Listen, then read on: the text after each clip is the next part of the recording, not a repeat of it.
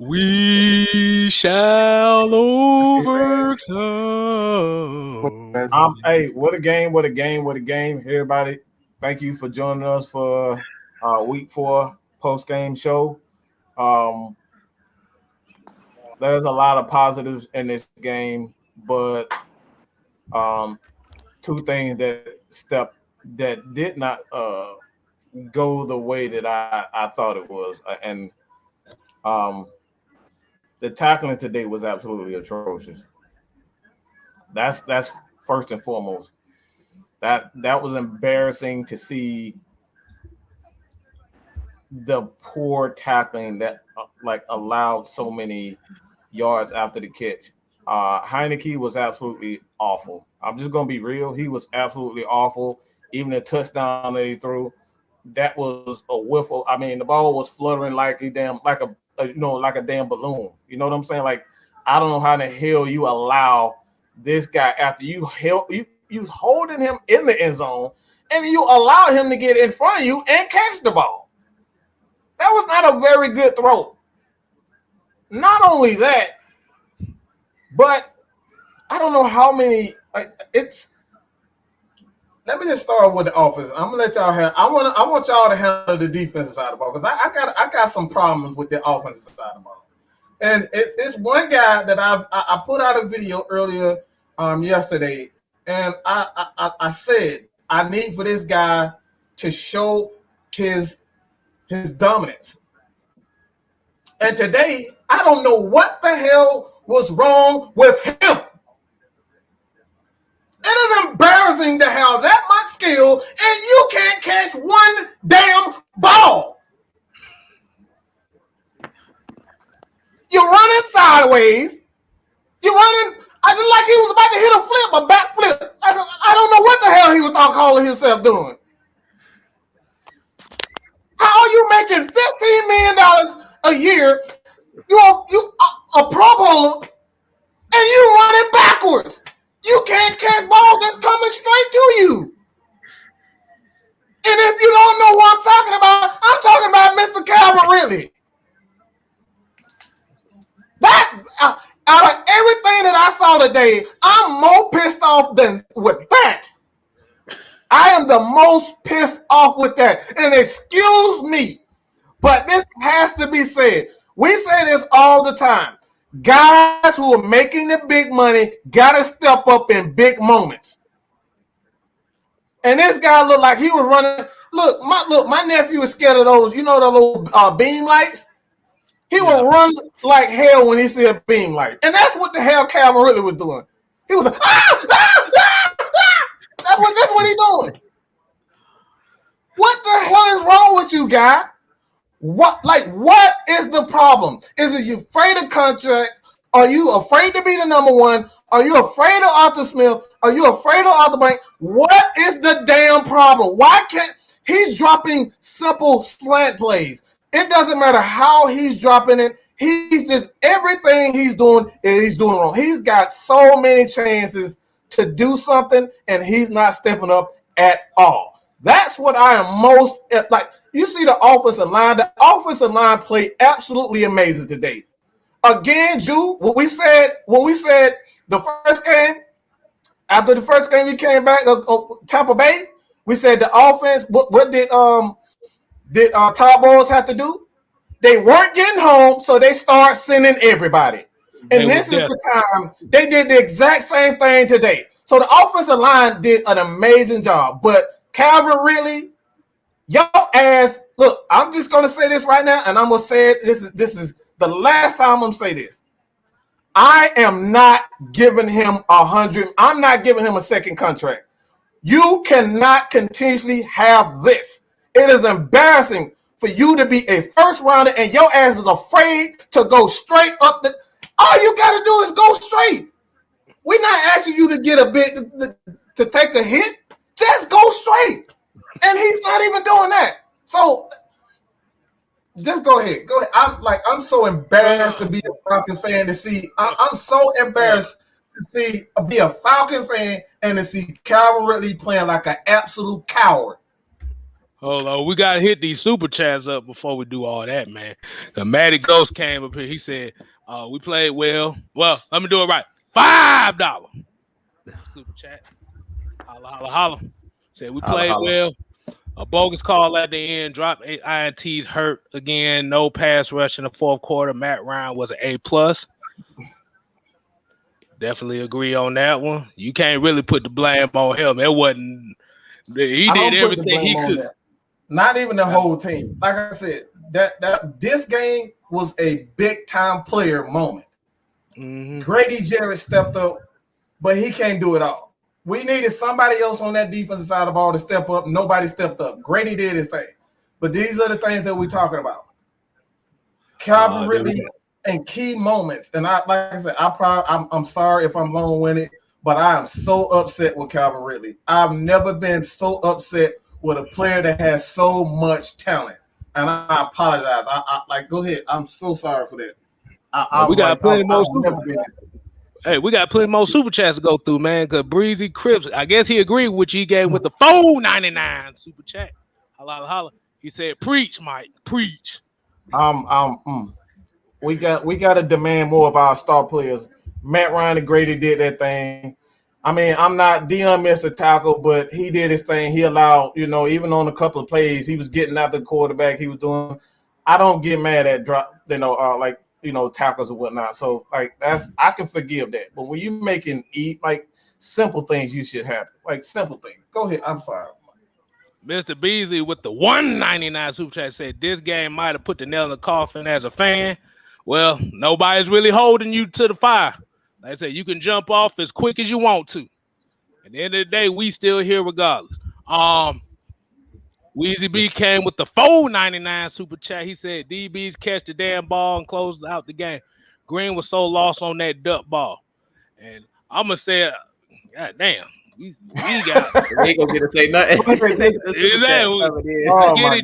Let's get it, GA with the $5 super chat. Said we choked. Calvin Ridley is not that dude. No pass rush as usual. We gave that game away.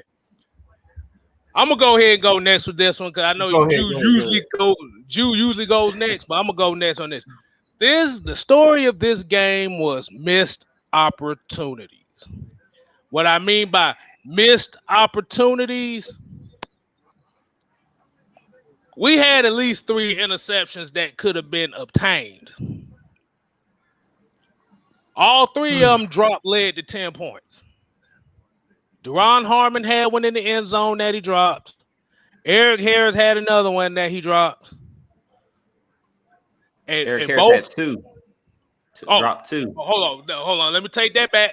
2. So that's 3. Like you said, these 3 interceptions led to 13 points. These 3 dropped interceptions led to 13 points. Pass rush didn't get there. I'm sorry, but Tyler Davison's ass need to get the fuck up out. He got to go. He got to go, bro. I don't know what the hell his role is on this team anymore. He's supposed to be the run stuffer, motherfucker. We be forgetting he's even on the field. That was embarrassing to see him get. He got ran and go ahead. Oh my God. I'm just saying that was just bad. And bruh, this was a court info, and like I said, and I prayed to the football guys on Tuesday. I was like, let's get Hayden Hurst involved in this game, and we got him involved. Mm-hmm. We got Kyle Pitts involved. Cordero Patterson, we should be celebrating a win right now. Cordero Patterson had the game of the week. Ain't nowhere in hell we supposed to be losing this game. The Washington football team missed 2 extra point field goals. Let me repeat that again. 2 extra points that were missed. But the problem came to it is, and like I said, and Mike, Jew, we had it in the chat earlier. I think the new phrase for this team this year is gonna be catch the damn ball. That's gonna be the new phrase this year. Catch the damn ball for one. because, bro, I don't even know how the hell, bro. It was like everybody was dropping passes. I saw Calvin Ridley dropping passes. I saw Alameda Zaccheaus dropping passes. Like I Wide said, open passes. and that, like I said, yeah, Non-contested. Just oh my right, God. right. All right, let you and Ivan go. Go ahead. We got a $10 super chat here, bro. We gotta get to. Terry Lloyd said, at the end of the day, Arthur Smith was playing not to lose. Cordell Patterson not is to your best running whatsoever. back, your best wide receiver. He should have been in. Another wasted performance from Matt. And No, that's the thing. that's not true whatsoever. That man had a brilliant call game. At some point, as a defense, you got to step up. Thought when you score 25 plus points, that he did his job. It's a team game. You know what I'm saying? But Ivan, go ahead. Y'all get y'all. Yeah, man. Basically, with this one, as far as offensively, obviously Patterson had an amazing game today with those 3 touchdowns. Out there playing like a very, very competent receiver. Those drops obviously killed us, but defensively, losing Isaiah Oliver was huge. Not entirely sure if everyone knows this, but how tight a Nick Group, Foye, Isaiah Oliver, and JTM are. JTM getting healthy scratch, losing Oliver early in the game. That was everything for the defense. I mean, where was that situational defense of last week? Absolutely gone. Nothing like last week. Obviously, you got those missed opportunities. Eric Harris, I believe it was 2. They may count that third because he was that diving one on the sideline. But man, we've got to come away with some type of situational pass rush at the end. Fowler could not bring down Heineke. That was huge. Obviously, TJ Green should have made a better play on that ball, but man, the pass rush was absent today. Obviously those opportunities costed us huge. Got to say also that losing Nizialik there, that turned out to be bigger than I would have thought, considering he's been kind of inconsistent to start the season. But man, that turned out to be huge as well. Go ahead, Jude. Yeah, man. I completely agree. First, let's get to this $10 super chat because K Styles stepped away for a second. It says, "You need me instead of Tyler Davison." I guess this is supposed to be a joke. I can stop the run, pass rush, and catch interception on offense. You need an all-around man like me. Tat McKinley, as AKA Tweety Bird. We appreciate the $10 super chat, but where do I start to unpack this game?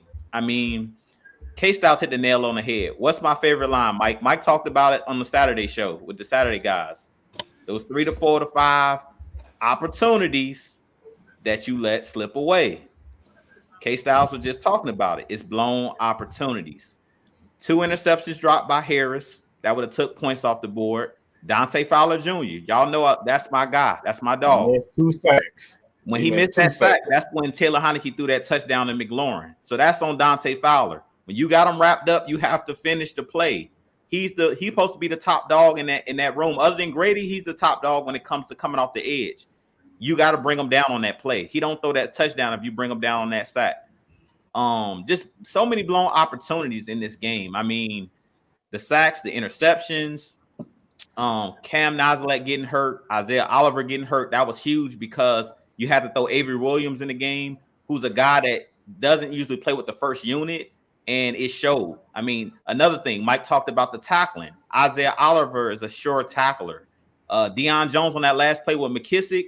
How many times have we seen Deion Jones in one-on-one situations with a running back completely annihilate the running back? In this situation, him and McKissick were the only guys on the left side of the field at that time. So it was like if he didn't come down with that tackle, which he missed that game-winning, basically, or touchdown-saving tackle, McKissick was able to scamper up the sideline wide open. They was in man-to-man coverage. So Deion Jones to be a top linebacker, Mike talked about it. You have to make that play. He's one of the defensive leaders. It's no excuse. Calvin Ridley on the offensive side of the ball. Mike talked about this a little bit earlier. My problem with Calvin Ridley not only is because he's the top dog as far as the wide receiver, but when you drop passes that are wide open in your hands, it's deflating and it's something that carries over to the other guys. You seen after he had that first drop, Kyle Pitts dropped one. Then Zaccheaus dropped one. Because they're looking at him like if he's the star player and he's dropping passes, it starts to get into your mental. So it's just like you can't have the missed opportunities. This could have easily been a blowout for our team if they come down with those interceptions. And if they do it, I had the score at as 30-17 was my score, my prediction. We got to 30 points, and we could have easily held them to that 17 if we make the plays that were there to be made. I talked about in my pregame on my preview show, Taylor Heinicke would throw the ball in tight windows. He will give you opportunities for interceptions. We had 3 easy interceptions in our hands, and we let them slip away. So the game, they always say it's a game of inches, and it was surely a game of inches today. I mean, we've seen it. Those small, intricate details that Mike always talks about, you have to be focused. You have to do the small things. When you have a chance for an interception, I talked about it in my preview show. No interceptions this year for our Falcons. That's a big deal. You need those takeaways because you put your team in plus territory. How many times I would say we have to win the field position? You get those interceptions, it's huge, especially without a punter, because we lost Cam Neasy. So you lose your punter. If you come down with an interception, you don't have to worry about it. You're right there in plus territory. You give Matt Ryan and that offense a chance to double up those points. But how many times have we seen in this game Matt Ryan and the offense going 80 yards, 90 yards for a touchdown, 15-play drives, 16-play drives? You can't make a steady diet on doing that. You have to at some point get some type of turnover and give them a chance to double up those points. But, I mean, in this game, what we're seeing from this Falcons team is inconsistency. We've talked about it. And K-Styles talked about 60 minutes.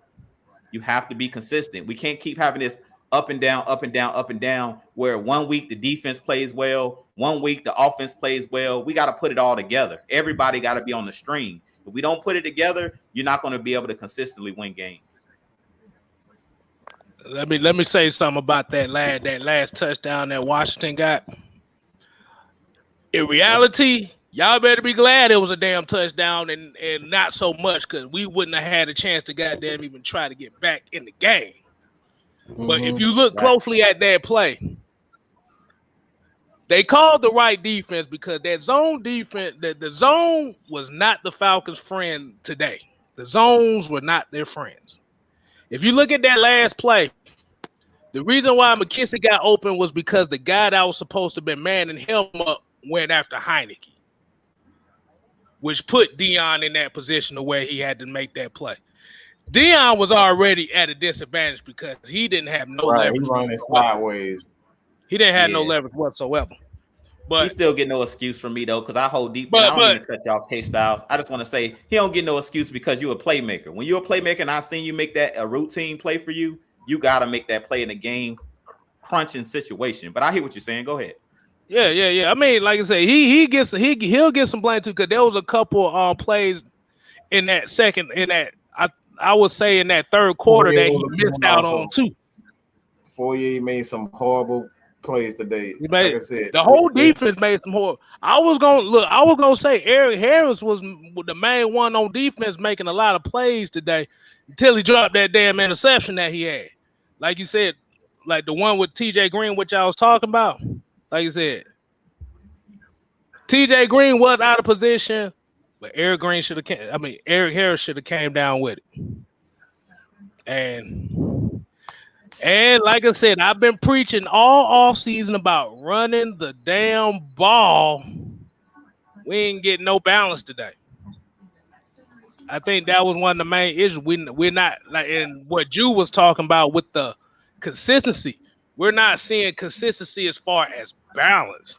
See, now we're kind of reverting back to where we were last year, as in throwing this ball maybe 40-something times a game.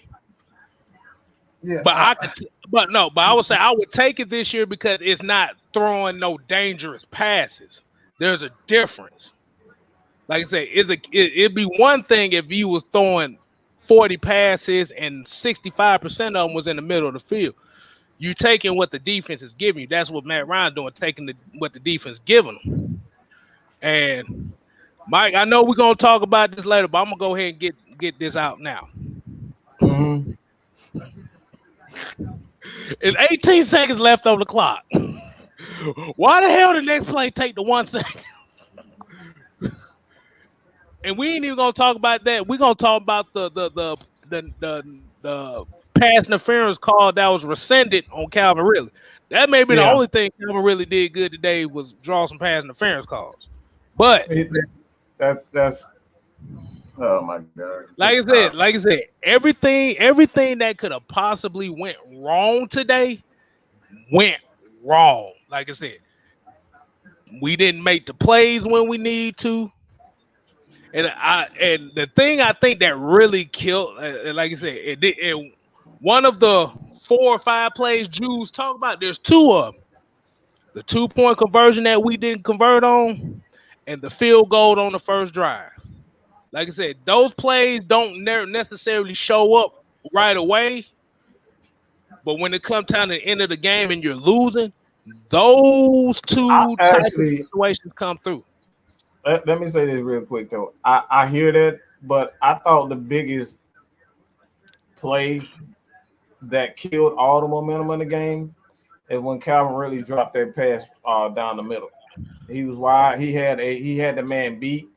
All he had to do was go up, put his body on the line. That's exactly what I said in the video. You can check it out. All right. I dropped it yesterday. He did not go. You have to put your body on the line. You got to come down with that play. This is what we're talking about. What Drew said. Excuses when we talk about our superstar players. And Ivan, let me get your take on it. But our superstar players got to. I look. I know Eric Harris. He should have made those plays. But when we got our superstars, the superstars better set. They got to set the mark. They have to set the tempo. We cannot have Calvin really dropping easy passes. That's an easy pass for any top wide receiver. If I got D Hopkins catching the ball over 4 guys, 3 guys, it don't matter. If he can do it, I need Calvin Ridley to do that. He is our star. If I'm Matt Ryan, okay, this is another game where we got to look at Matt Ryan and say, all right, Matt, can you save me? Dante Fowler, he had 2 sacks on Heineke. He got there. So it wasn't the fact that he did not get pressure. Dean Pease got the pressure. But again, what you were saying, them 3 to 4 plays during the game, and we got to start holding our stars accountable. We got to start holding those guys. Look, Eric Harris, he should have got those, but Dion got to make that tackle.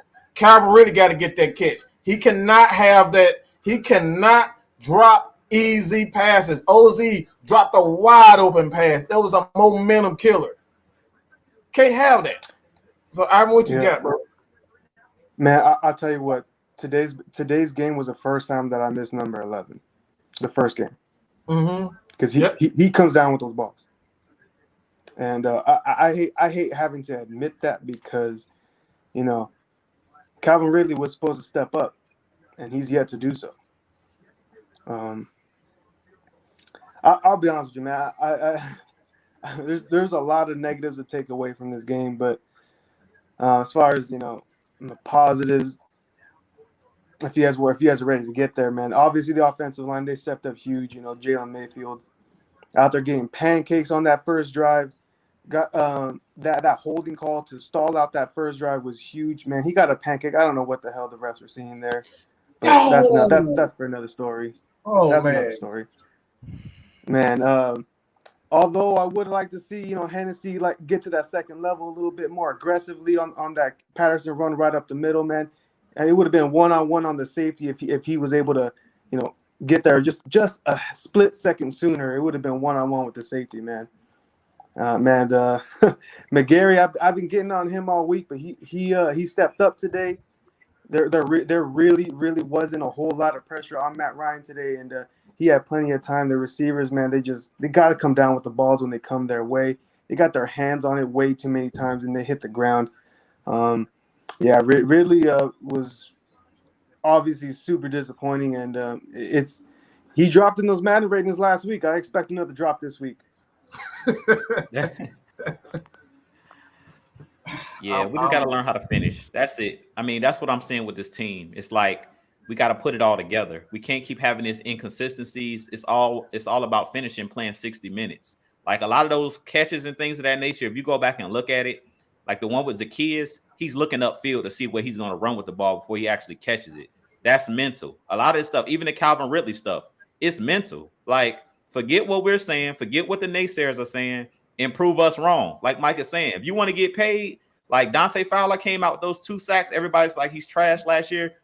It's up to you to go out there on the field and play with a chip on your shoulder and prove everybody wrong. If Calvin Ridley want that money, he gonna break his neck across the middle to make that catch.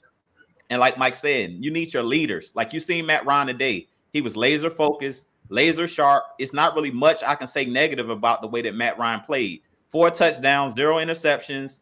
I mean, he did everything in this game. If you see when they gave that final touchdown, Matt Ryan was like holding his head down like, let me go get my helmet and let me see if I can be, Superman and try to save the day again. But it's like when it comes down to it, the players have to make the plays. It's that simple. It ain't much we can say in this post-game show because it's just like the plays were there to be made. We just didn't make them. Listen to the post-game press conferences and listen to the press conferences this week. It's going to be a lot of we gotta take care of our ops. You hear Deion Jones saying that all the time. There's opportunities out there, but you got to capitalize on them. Like when the Redskins or the Washington football team, when those plays were there to be made, they made them.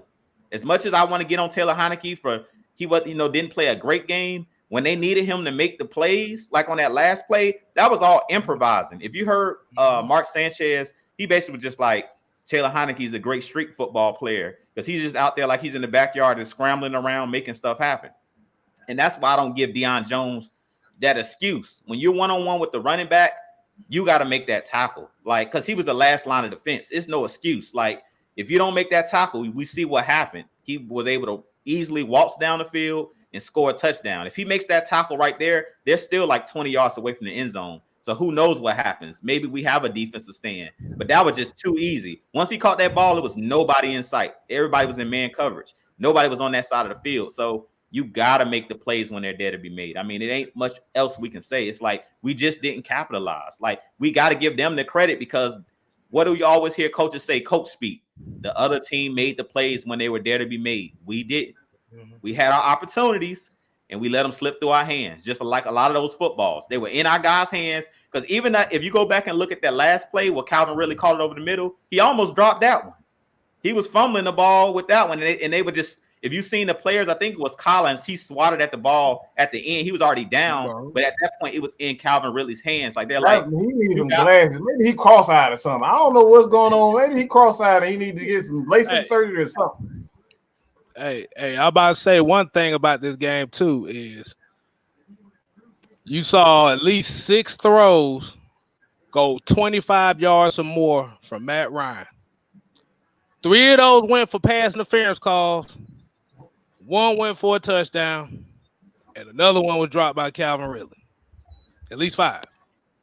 Hey, let me point this out though. I think this has to be pointed out, and I will be shocked if this doesn't get addressed, and it has to get addressed fast. But before that, Iceman, Washington never lost momentum in the second half when Carter scored that touchdown.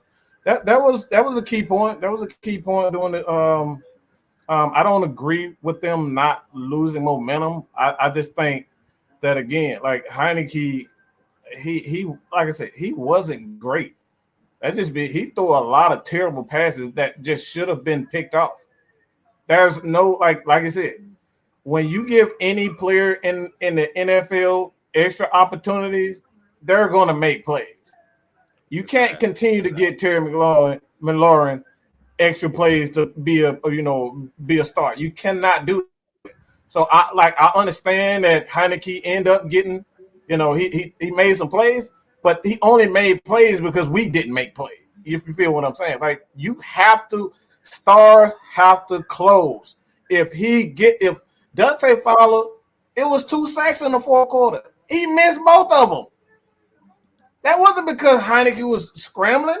He just didn't finish the tackle. Deion didn't finish the tackle. Eric Harris dropped 2 interceptions. All of this is in the second. I think it was like towards the end of the third and the fourth quarter. He dropped 2. Like, this is crunch time.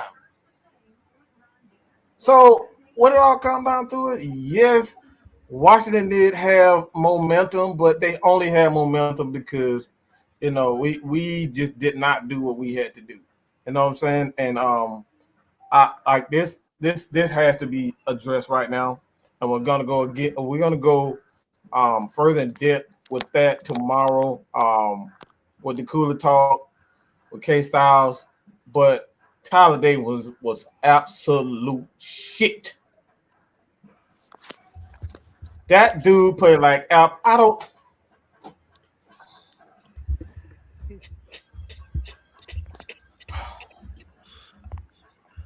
This man had one-on-one opportunities and he was getting bullied.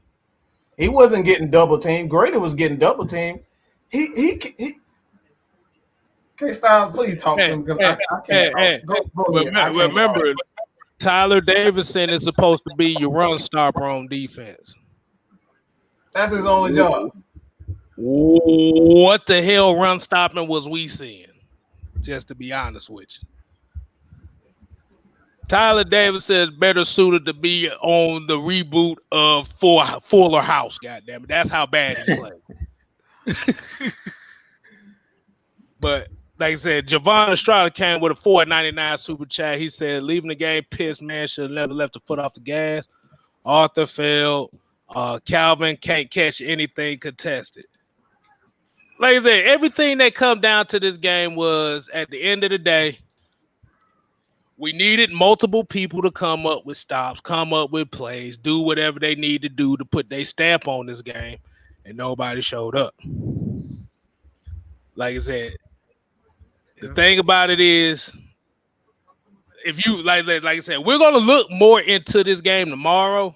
Because right now, y'all just getting emotion of us losing right now. So a lot of us is kind of like, really, what the just happened? Let me get to the $5 super chat.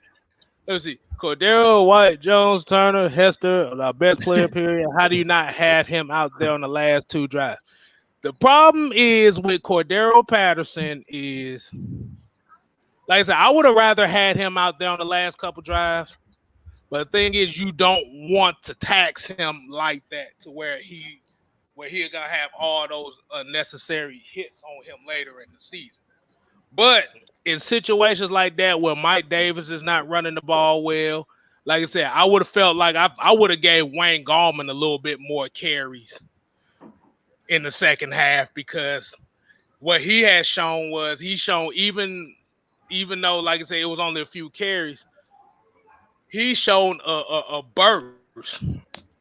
I think what the issue with Mike Davis is Mike Davis is looking for the contact instead of trying to make the plays that's there for him. He's looking for that contact. He's trying to live up to that reputation of him breaking all those tackles. Don't mind me. I'm just plugging some shit up. I'm just plugging my life away because this shit was crazy.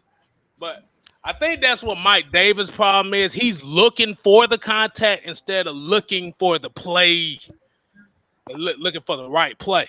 So that's why Mike Davis hasn't really been effective like that. Like I said, we saw Wayne Gallman today. Like I said, this would be a perfect opportunity to get that three-headed monster going. Like you said, you can start Mike Davis, but get all three of these backs involved. Because Wayne Gallman, I saw a burst, I saw vision, I saw a guy that was looking to make that play, get to that hole, try to get to the second level. Like I said, we saw that with Cordero Patterson. Cordero Patterson is an X factor in himself. Mike Davis, like I said, the main thing about Mike Davis right now is he's looking for the contact instead of looking for the right play. Just make the play. Right. You gotta have awareness at the end of the day. Right. You know what I'm saying? Instead of trying to being a tough guy. I think Mike Davis gets too caught up in being a tough guy instead of a football player. At the end of the day, you gotta make the proper play. And I think he seeks too much contact, trying to be the tough guy. And at the end of the day, man, I keep saying this. But and it's something that I typically don't do. But I just got to say, I'm like, if there's one person that I'm really extremely disappointed is Calvin Ridley. Today was just this is one of the worst games I've ever seen our receivers ever have. I've never seen a guy with that much talent. He's so scared of every bit of contact. All you have to do is stick your hand out and he will run backwards. This dude is terrified.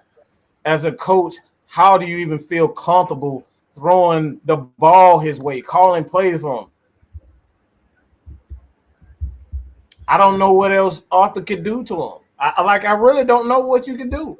I have no clue because everybody making plays. I don't expect OZ. I expect him to drop balls like that. You know what I'm saying? But I don't expect that out of Calvin Ridley.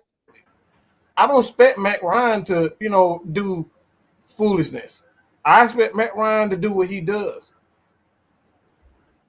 But Calvin Ridley, you're that number one guy. You played like an absolute chump. I can deal with missed tackles. I can deal with one drop pass. But Calvin Ridley looked like he don't want no parts of playing football. That's what I'm most disappointed in right there. Everybody else can make mistakes. When you look like you're afraid to play, I don't want you on my team. I want him out. I don't want Calvin Ridley on my team. I'm seeking a trade as I'm talking right now. I'm getting rid of him because he's playing like a straight up coward. You can't have that. You can't preach. We're going to be tough and go ahead and get the super chat. But he playing like a straight up sucker. He's scared of everything. So here's my question, though. But before I get to the question, I'm going to get to this $10 super chat from Matty Ghost. He said Arthur Smith didn't account for the injury we had to Oliver and a lack of pass rush. That's the only flaw coaching I saw. Fowler bust, Davison bust, Means bust. Jared must be like, damn, what the fuck is y'all doing? I mean, the way the defense played today, it was really like, Bubba, what the fuck was y'all doing today?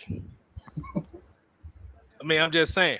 So, but this is gonna go into my question. And appreciate J. Dot, the OG, for the 99-cent. 99. Appreciate that, homie. So this is gonna be my question, and I've been asking this question the last couple weeks about Calvin Ridley. Is it that Calvin Ridley is scared to take the responsibility of the number one? Is that really what the issue is? I don't think so. Or is it the fact he's a coward? I'm just gonna come out and say he's a straight up coward. He don't want no parts of being a football player. He want to be pretty. That's his problem. We need football players. I don't care about him being able to run routes and all that stuff. The way he's playing like a coward. Go ahead, Jude. Yeah. Where were you going with it, K Styles? He was about to say something else. What was you about to say? Because I was gonna ask, like, because like I looked at, like I said, Calvin Ridley had 80 yards on 7 catches today. But the issue is, do you feel like at the rate that is going right now, excuse me, all the drinks I had today, I had to burp that one out right quick. But and like I said, I'm just going off of what Mike's saying here about Calvin Ridley. Do you feel like Calvin Ridley is missing Julio Jones a lot more than what they putting out to be? It had nothing to do with Julio. Go ahead. Nah, I just think with Calvin Ridley, it's all mental. It's mental. The reason I say it's mental, look at a guy like Jamar Chase in the preseason who was dropping everything. They was looking for every reason to get this man, like, why was he dropping the football? This man said that he couldn't catch the football because it don't have the white rings around it like college footballs have around it. Like, he was trying to come up with any excuse because it was just mental. Like, when the regular season kicked in, Jamar Chase is balling. What it's going to really take for Calvin Ridley to get over his fear of getting hit is getting his bell rung. That's what my dad used to talk about. Like when you play Pee Wee football, you just got to get your bell rung. You just got to get a concussion or see stars for a second and survive it. Like if you get that one big hit and you get up from it, you shake it off, you'll be okay. I think his biggest thing is he's afraid. Like Mike said, he's just, I don't want to call the man a coward, but he's playing like a coward. He's being afraid. He's afraid to get hit. Like when you see a guy catch a pass and every time he catches the pass, he goes horizontal. Like, I don't know if you guys seen the one play where he had the stop route. Yeah. He caught the ball at 8 yards and literally ran out of bounds when he could have scampered up and tried to get the 2 yards. He literally caught it on third and, I think it was second and 8. No, it was second and 10. He caught the ball for 8 yards and ran out of bounds. Yep. Like on a play like that, turn it upfield. Like anytime he catches a crossing route, he never turns upfield. He keeps running horizontal. That shows you that he's afraid to get hit and that he doesn't want to get hit. So that's the plays that we're talking about. Like you can see the difference between every other player. When Kyle Pitts and even when Tarjay Sharp, I think Tarjay Sharp had a really good game. And I love Arthur Smith's play calling in this game because I talked about it a little bit in my pre-game show about how the Washington football team likes to play man-to-man coverage. So I thought there would be a lot of opportunities for slant patterns and stuff like that. And if you've seen early in the game, Matt Ryan was throwing a lot of slants, especially to Pitts and to Tarjay Sharp. He was throwing it across the middle, throwing it across the middle. The difference between, if you look at Sharp, if you look at Zacchaeus, and even if you look at Kyle Pitts, when they go across the middle, they know that they're going to get hit, but they're just accepting the fact that I'm going to get hit. They know it. And that's what Calvin Ridley got to get over, that fear of when I catch the ball, I'm going to get hit. My thing is this. If you know you're going to get hit, catch the ball and brace up. Brace. If you're scared that you're going to get hurt, catch the ball and go down. Even go down with the ball. If you catch it and you don't want to get hit, don't run sideways. Catch the ball where you at and just lay down. You better off doing that than running sideways, because once you run sideways, the defense knows mentally he's afraid. And that's the problem. The defense knows he's afraid. And even his teammates, they can see it. He's afraid. And you don't ever want to show fear in a game, especially like football, where they're trying to intimidate you. That's what I was talking about. Every time Calvin Ridley catch the ball, they don't even try to tackle him. They just go to try to rip the ball out because they know he's bracing up and he's afraid. So at this point, he just got to get his bell rung. I think if he get hit across the middle one good time and he survives that big hit across the middle, he'll get over the fear of being hit. But because Julio Jones was that guy who was always taking those hits and growing across the middle, Calvin Ridley got spoiled. Like, I think one thing that we took for granted as Falcons fans, when Julio Jones was here, he was kind of the guy that was doing that dirty work, and Ridley was scoring all of the touchdowns. But Julio was that guy on third and 2, 3rd and 3, 3rd and 8. He was going to go across the middle and take that post route and take the big hit because he wasn't afraid. Yeah, he might have went out of the game after, a 3rd and long or after picking up the yardage, but he was willing to put his body on the line. And that may be a reason why Julio Jones' body started to break down, because Julio took some big hits when he was here in Atlanta, and we kind of overlooked it because Calvin Ridley was that race car on the outside. He was the Lamborghini going, opening up the defense, going deep, catching all of the deep routes, and he didn't have to deal with, the high collision that Julio Jones was dealing with. But now as the number one guy, we're saying on 3rd and 8, you got to be the guy that's going to have to do those things that Julio Jones used to do. That's the part of being a number one receiver, and that's kind of what Mike was talking about. You got to be willing to pick up the pieces. You got to be willing. Whatever we need you to do, if you're the number one guy, you got to do whatever the team needs. You got to do whatever we need. So if it's 3rd and 2 and we send you across the middle and the middle linebacker sitting there, you got to be willing to take it on the chin for the team. Because how many times have we seen Matt Ryan standing there knowing he's going to take a big hit and still deliver the football? He does it all the time. He did it times in this game where he knew Chase Young is finna blow me up, but I'm going to stand in the pocket and try to make this accurate throw, even though I know I'm about to get blown up. So Calvin really just got to get used to it. You put your body on the line. You're going to have to sacrifice for the team at the end of the day. Hey, look, Jew, I'm about to say you just basically just made my point correctly right there. When you think about it, like you said, the issue and when you said where he need to go down if he's scared, if he don't want to get hit, he'll remember Julian Edelman made a career out of this. The whole Patriots wide receiver corps, Amendola, all of them dudes is little. Troy Brown, Deion Branch, all them boys made David a whole Patton, career out of this. All of them. I was just gonna say this: every receiver wants to be the number one wide receiver. They all want the targets. Let's be real. Calvin just not physical enough. He doesn't want to play physical to go and make those contested catches, those catches across the middle. He's just not that guy. At the end of the day, what is his fifth year now? Fourth, I believe. Fourth year. Yeah, Fifth year. I believe it's his fifth year. All right, so he was spoiled back. He was spoiled back in college. He was wide open when he would catch the ball. Mm-hmm. He was spoiled. He spoiled up until this season with Julio making all those catches. Now it's his turn, and he is not that guy. He's showing us he just isn't that guy. And at the end of the day, coaches got to realize who he is, because back 15, 20 years ago, he wouldn't be on the team. You're really scared to catch the ball across the middle. You're really scared to go and make up those contested catches. There's plenty of speed guys that didn't make teams because they couldn't do that. We're in 2021 now. You're expected to be quick and agile, but you're also expected to make those contested catches. So at the end of the day, he's got a lot of strides to make here before the end of the season if we think about re-signing into another contract, because at the end of the day, he just isn't holding up his end. At the end of the day, like I said this before, and I know I'm well overreaching. I could damn sure be well overreaching, and quite frankly, I think I am. But at the end of the day, I don't want cowards on my team. I don't want guys who are afraid of contact. And like I said, he can be a Pro Bowl player for someone else. I don't want that attitude, which is right when you're building a team. I want guys that are going to be tough.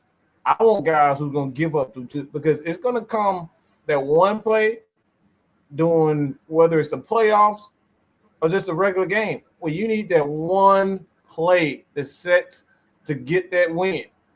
And if he's afraid to get the first down, or he's afraid to get into the end zone because he's looking backwards or looking side, I don't want that. I want guys that I know is going to put their body on the line. Calvin is not that. And like I said before, I've already stated this.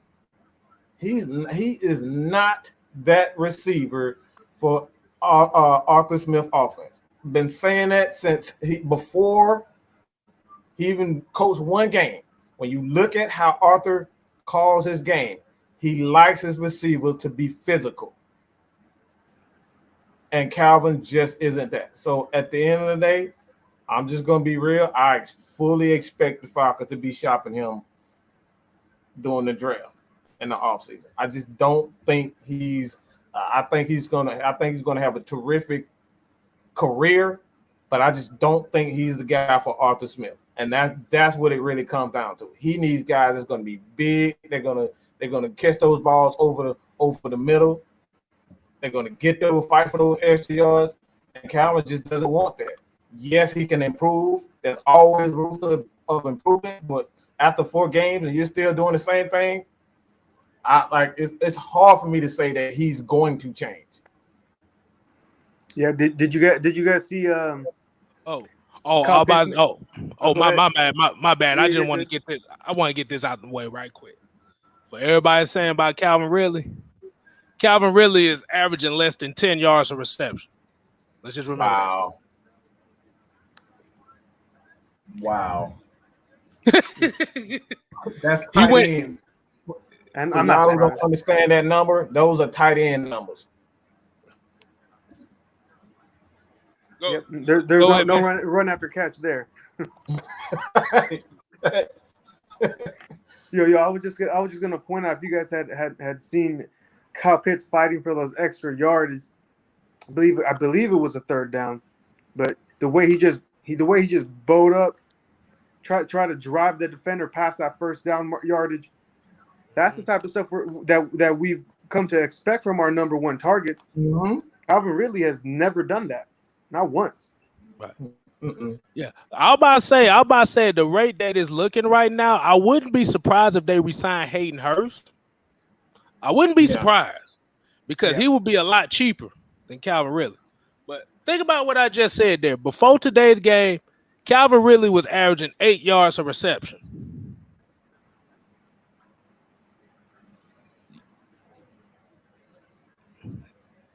If your number, like I said, if your number 1 receiver is averaging 8 yards of reception, like I said, that kind of tells the defense a lot as far as what they need to look for. Yeah. Let me just say this real quick.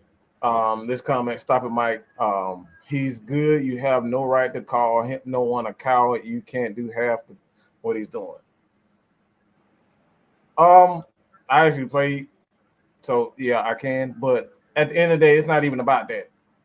When you are a football player, this ain't about me. This is not about me and calling him out. A football player will call you out for what you are.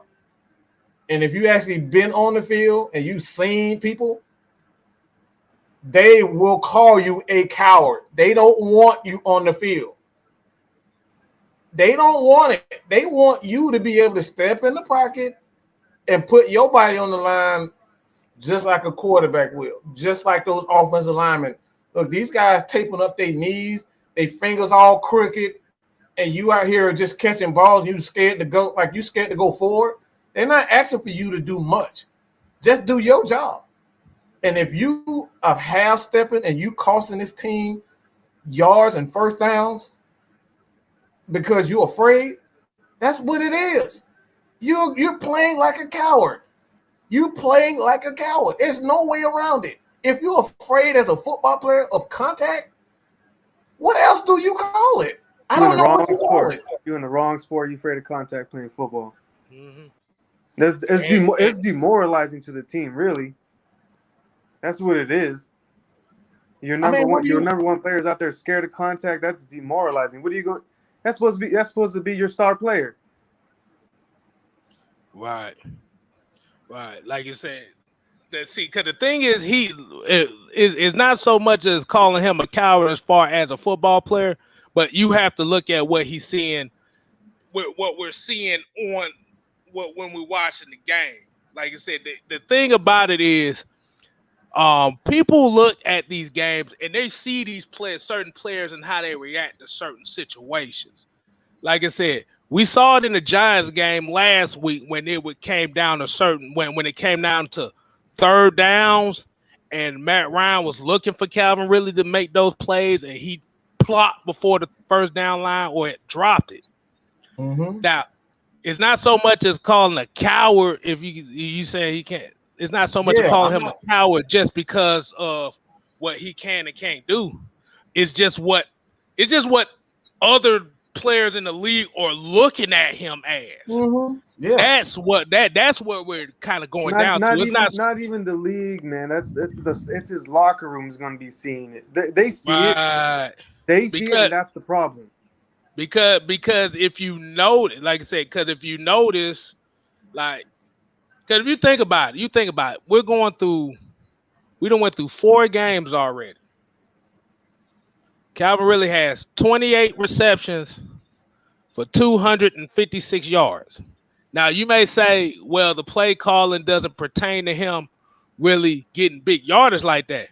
This is what Mike is saying as far as Calvin Ridley might not be a fit for the type of offensive calls that they like to do with Arthur Smith. Like I said, he's used to bigger body receivers. He's used to guys that's fighting for those yards. Mm-hmm. Excuse me. That's why you saw a little bit more Hayden Hurst involved in this game today. Mm-hmm. Like I said, you saw Hayden Hurst get a few plays in here. Hold on. We got a $9.99 super chat from Anthony Reynolds. He said, Ridley's looking like a number 2 receiver. Maybe that's what he really is. Falcons may have to look for another receiver in the draft. Ridley prove us wrong then. And that's the thing. Like I said, we're not hoping that he doesn't get better. We want him to get better. But the thing is, you have to prove that if you want that wide receiver 1 attention and contract, you have to live up to it. Mm-hmm. Because, like I said, this ain't like Calvin Ridley is a top 10 pick wide receiver. He was at the end of the first round, so it wasn't, like I said, a lot of teams passed on him for a reason. But the thing is, Calvin Ridley has the skills to be a number 1. Juice said it earlier. It's all about the mentality. There's a big difference between being wide receiver 1 and 2. Ask Juju Smith-Schuster. Everybody thought Juju Smith was going to be the next breakout wide receiver star in the NFL. Antonio Brown left. Juju Smith is number 4 on the depth chart. Mm-hmm. And he's This playing is that Calvin Ridley role. He's playing that soft guy role, the pretty guy role. You know what I'm saying? It's like you got to be a number one. Number one receivers has absolutely no weakness. I wouldn't even say they don't have. I wouldn't even say they have. I don't know. Let me explain. The reason why I say that is because number one guys, you don't have to worry about them not fighting for the first down. You don't have to worry about them going over the middle. You don't have to worry about those guys going up for jump balls. Calvin really doesn't fight for extra yards. He doesn't go up for jump balls. And we saw that today. He dropped. He got up. He didn't come down with another opportunity. These are the things that we're talking about because he's afraid of contact. You're playing like a coward. So in order for you to get that next contract, because I'm telling you right now, they shipping him. Arthur already seen what he need to know. There's no way if you're a play caller and you calling plays for a guy that's supposed to be your number one and he's not making the plays. We need him to make the play. We need him to win those jump balls. I'm seeing Kyle Pitts doing that. I'm seeing him catching the ball behind his back. I'm seeing him trying to go up and taking big hits over the middle. I'm seeing that for him already. I'm not seeing that for Calvin Ridley. So I already know what he is. He's not getting that next big contract. Not here. I'm just here to tell you that. Like I said, right now, he's not getting that. But if he continues down this road, he's not gonna get it. But if he gets better, and somehow he's like, look, man, I gotta make a change. I gotta get tougher. I gotta improve. If he can do that, he's gonna get that money. But the way he's playing right now, he's playing like a coward. There's no other. I cannot sugarcoat it. When you see somebody running away from another guy, and you like, let's just be honest. I'm gonna just make this comparison. Everybody say Floyd Mayweather is probably what? He's a good boxer, but the style of fighting that he uses is scary, man. All he does is hit and run. That's not boxing. That's not the boxing that we know. We use a guy slugging it out. Tommy Hearns and Marvin Hagler slugging it out. You know what I'm saying? That's what we used to. That's not the football that we know what we're seeing with Calvin Ridley. We need that from him. So when it comes, and like I said, I've kind of addressed this earlier.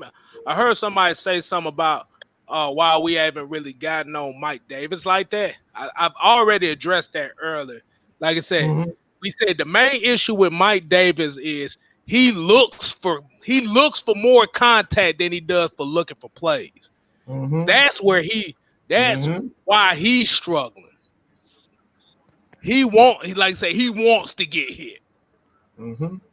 He's going down the TJ Duckett. That's why TJ Duckett fell in decline later, like later in his Atlanta Falcons career, because he was looking for more contact than actually making plays.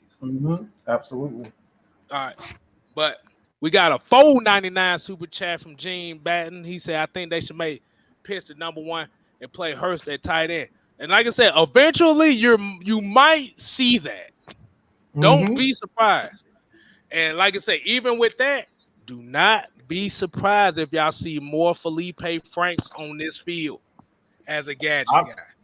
Don't be surprised to see Frank Darby in that lineup real soon. If when Russell Gage come back, that physical receiver, we need that physicality because at this point in time, we know we can't count on Calvin Ridley to be that.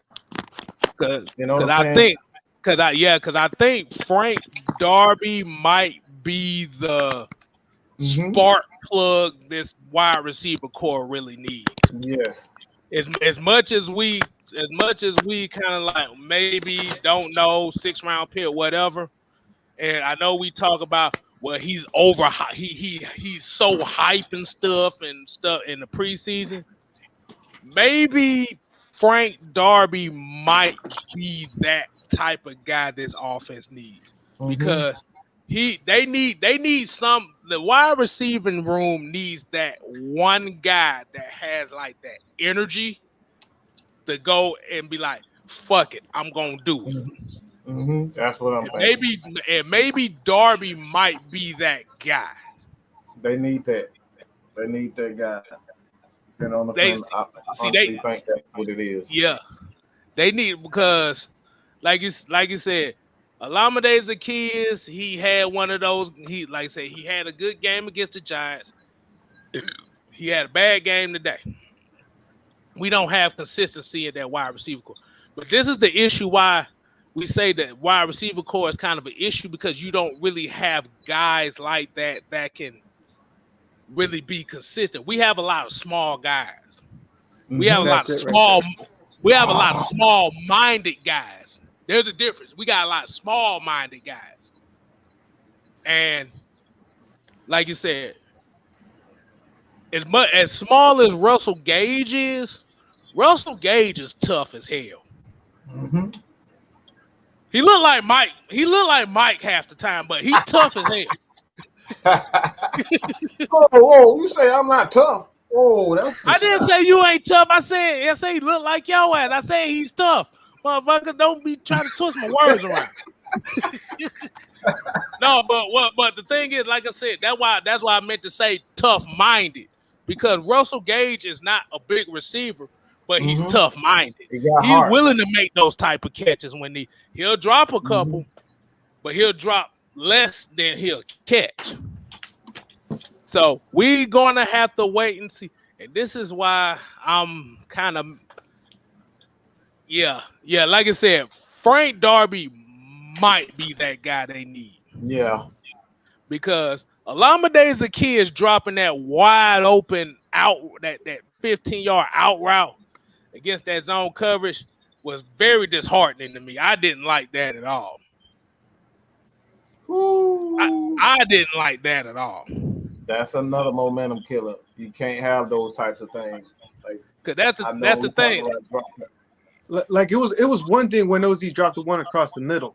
That's one thing. He's a smaller guy. That's like last week's game when he caught it across the middle. That was a huge play for us. When he dropped it across the middle this time, wasn't that big of a surprise. But the one on the outside, he was wide open. You got to come down with that ball.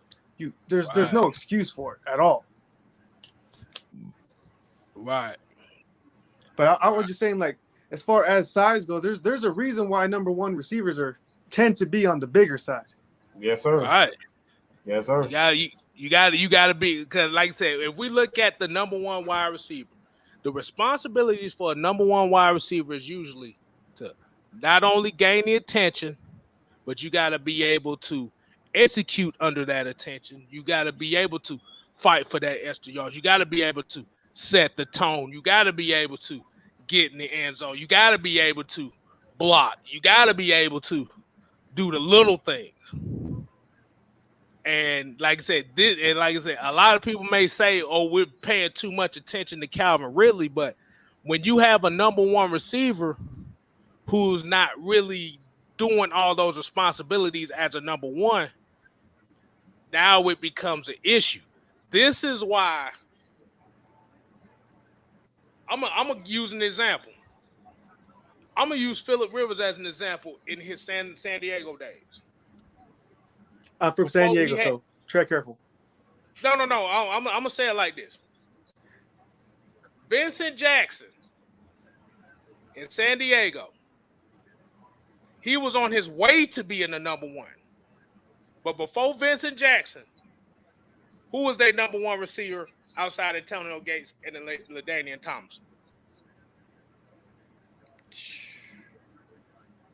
Shit, them names are flying by me right now. I can't grab one. Of course, they didn't have one. Two. When Jay Cutler was in Chicago, who was their number one receiver at the time? Jay Cutler in Chicago, they didn't really have one either. Two. Lamar Jackson. last year. Who was their number one receiver in Baltimore? AB Hollywood. Don't count because he didn't put up number one receiver numbers. but what I'm saying is true number one receivers have to take on that responsibility of being the vocal point of the defense and open it up for the other guys. But you have to be tough enough to be like, okay, they got the attention on me. Fuck it. Mm-hmm. I'm gonna get my shit in here, plain and simple. Like I said, I talked about Julio Jones being gone from Atlanta. And I said it before. It was a blessing in disguise because it did two things. For right now, it's done two things. One thing, it helped the salary cap to sign a rookie class. And it's showing that Calvin Ridley might not be that number one. So by getting Kyle Pitts, he has been the ultimate insurance policy. If you look at the numbers, Calvin Ridley has about 70 more yards than Kyle Pitts. That's it. 70, not 170, 70. I stick to what I'm saying, and I'm probably the only person that said this. The Falcons are already looking to shop Calvin Ridley. I just don't think he's the guy in this offense. I want him to be that guy, but just the way that the offense is run, we don't need a lot of receivers to be that deep threat. I think you can get those deep threats in free agency. You can get a guy like a Taylor Gabriel, just an example of a Taylor Gabriel, a guy that can get the ball downfield. You can make plays with a guy with Hayden Hurst and Kyle Pitts. I've seen the Dallas Cowboys. I mean, they've went through so many wide receivers. They've got wide receivers in the second and third round, and they just got Dak Prescott. You know what I'm saying? So they've made changes in their wide receiver core, and you can still put up those numbers. But even in the second round, I believe Justin Jefferson was drafted in the second round, if I'm not mistaken.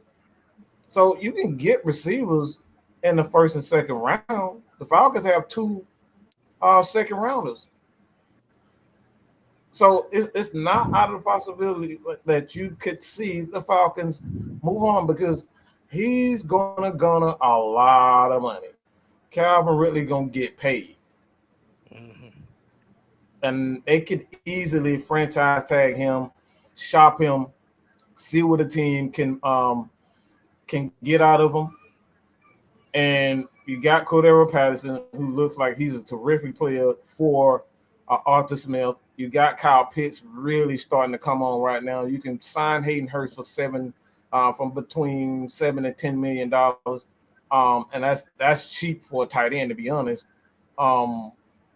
And you can kind of roll with it and get a bunch of other players. So I just don't think that Calvin Ridley. I'm just not giving him $120 million because that's where he's gonna go. I'm sorry, I'm just not giving him that.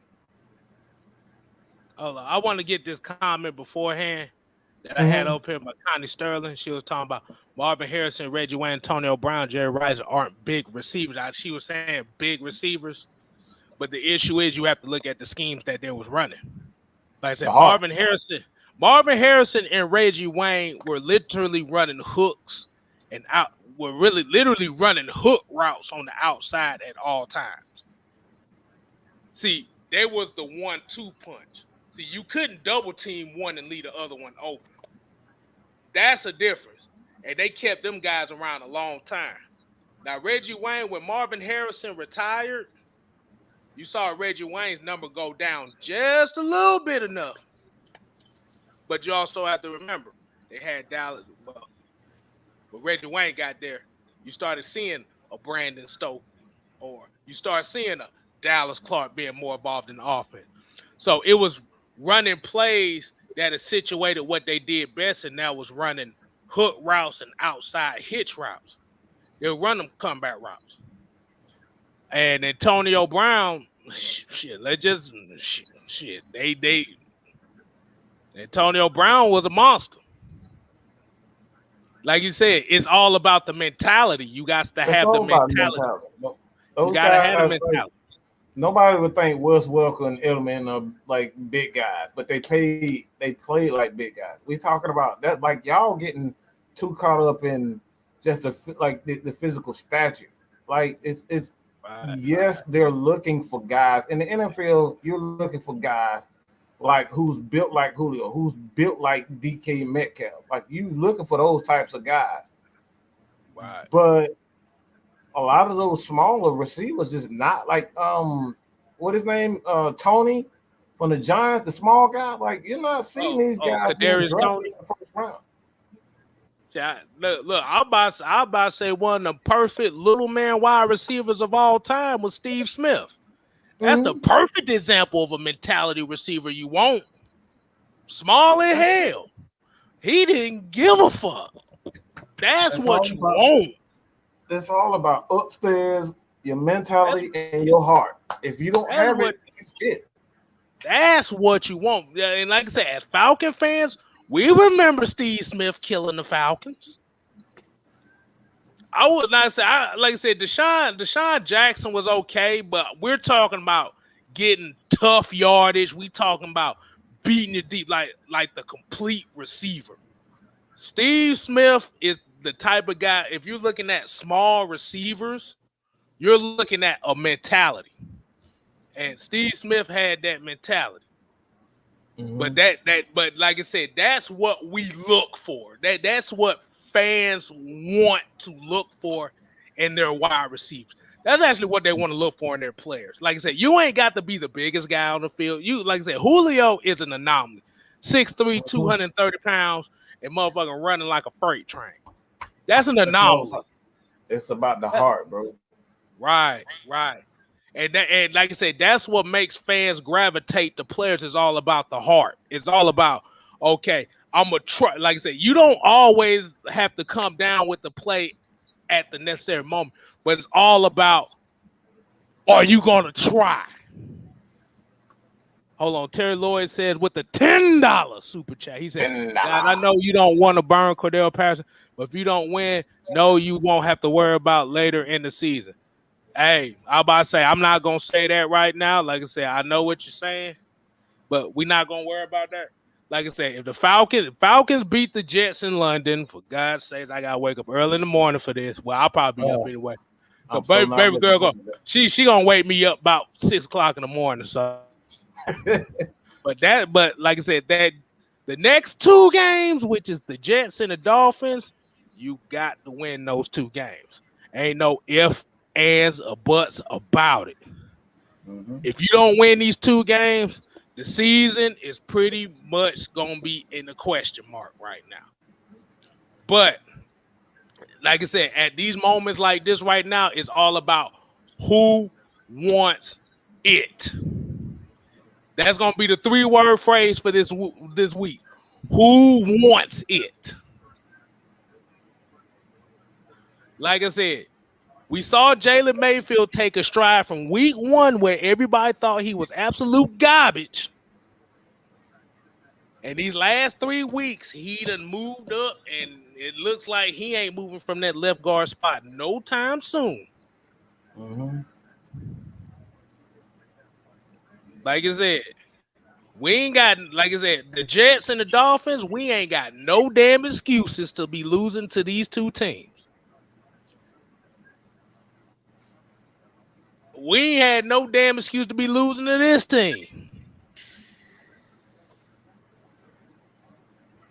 But at the end of the day, like I said, whoever wants it, they're going to make the plays. And we didn't talk about Eric Harris going down on that play in the 4th quarter to where he was out for the rest of the 4th quarter. But at the end of the day, this game came down to the Falcons didn't make plays like they didn't make the plays when it was presented to them, offensively or defensively or special teams wise. But Yeah, the main thing is why we're focusing on Calvin Ridley. Oh, and we're gonna talk about the bad calls by the refs later too. We're gonna talk about that. We're gonna talk about it in a few minutes. But like I said, we're just focusing on the players. We got to do better. We got to show heart. We got to show the mentality that we want to close consistently. Not one game, but we got to do it for 7. Well, 1 and 3. We got to do it for 13 more games for 60 minutes.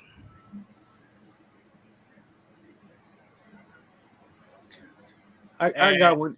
I got some here. We had Marlon Davidson out today, and JTM was a healthy scratch. Now, I had Taquan Graham and AO picking up those extra snaps. Mm-hmm. Where the hell were they? I know they're young and they're rookies, but I didn't see any play. I didn't really see anything from them today either. The entire defensive line, besides Grady and Fowler, on those 2 missed opportunities, Mm-hmm. they were. I couldn't find them. Like I said, the issue was, if you looked at the Washington game plan, was, I'm gonna just say it like this. The real issue was it was the interior of the defensive line wasn't getting no pressure. This is why you didn't really see those guys really making no type of impacts. Like I was saying, this is why we say like I said, Grady Jarrett getting double teamed. He made a couple plays, but this is why that second interior defensive lineman. This is why we're waiting on. Yeah. Davidson being out, I think, was bigger than we realized going into the game. He said, I didn't realize it was going to be that big of a deal. I mean, yeah, he's a monster up there, but I mean, I think his snap count's right around 20, 25 the last few weeks, and I think we really missed those today. I'm about to say, this will be one of those situations where you might see a Mike Pennell Jr. coming up sooner than you think, because they're going to need somebody that's kind of bigger to do what they got to help that defensive line, because ain't no way in hell that Tyler Davidson is supposed to be your main run stopper, and I don't see him stopping no damn runs. Yeah, that was a big deal today. No pressure up front. Shit. No pressure up front. Was new, right? So really what it comes down to at the end of the day, hey, this is one of them games. Like I said, I keep saying this again. This is one of these games where you didn't make the plays like you needed to, and it cost you the game. Like I said, that first drive, when they went 15 plays, took off 8 minutes of the clock, and only got a field goal out of it, came back to bite us in the ass.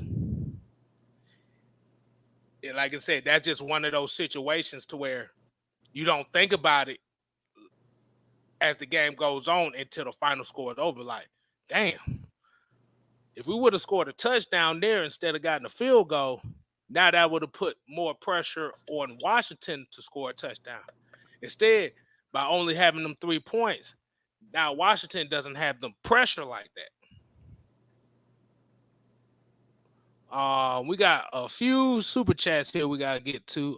Jason Gardner came in and said, who can they add defensively this year to get it right? Like I said, they got a couple guys on practice squad right now, like I said, that should be able to help. Because the thing about the Falcons defensive line is they need some big guys on there. Like I said, hey, because like, if you actually look at the Falcons defensive line, we're really undersized if you think about it. Yeah, I'm glad I didn't see Kaminsky getting there. I don't think I saw him get any defensive snaps. Kept him on the special teams. Yeah, he was special teams. I see. The thing is, I don't think Kaminsky has earned the trust of Dean Pease and this defensive coaching staff to really get some playing time. I guess they don't see anything. Yeah, I mean, he only got 2 defensive snaps this year. That was in week 1. One of those plays, he just got blown 5 yards off the ball in that combo block touchdown untouched. So obviously he isn't doing that much in practice either, because I don't think he would have seen the field if we didn't have Marlon Davidson out. Mm-hmm. Exactly. But I think Mike Pennell. I think, like I said, once they bring Mike Pennell, I thought it would have been this week because of the injury. I think because you gotta think bringing in somebody a week, you still gotta give them a couple weeks into the system so they can learn and know nuances and stuff like that. So this Jets game would be the perfect opportunity to bring out Mike Pennell Jr. Whatever the fuck he calls himself, but it's just Mike Pennell. But you need size on that defensive line. This defensive line, like Grady Jarrett is really the biggest guy on this defensive line. He's 302, something like that. Yeah, and he's considered undersized. And he's undersized being 5'11. So that's crazy. But Los Falcon came with the $5 super chat. He said mistakes like a Jerry Springer paternity test. I said heart wins games. That's all it comes down to. You gotta have the mentality to win these type of games, regardless of any situation. I thought I saw a couple more super chats, but what he said, I should have addressed it and said it wasn't. I'm about to say, BCJ, what you talking about? Well, I should have addressed what? Just see what you talking about. Them folks thought you got hacked, Mike. Yeah, what I'm gonna do, I apologize, everybody, but I gotta cut the stream short because I think we've been hacked. So I gotta cut this short. I can't keep going. So I apologize. But we definitely been hacked, and I don't want anything else to happen, but something just isn't right. So we apologize. But I gotta cut it. I gotta cut the stream short to kind of protect the platform. So with that being said, everybody kind of as a matter of fact, like I said, I apologize, but I gotta cut it short. All right. I gotta cut it short. All right. So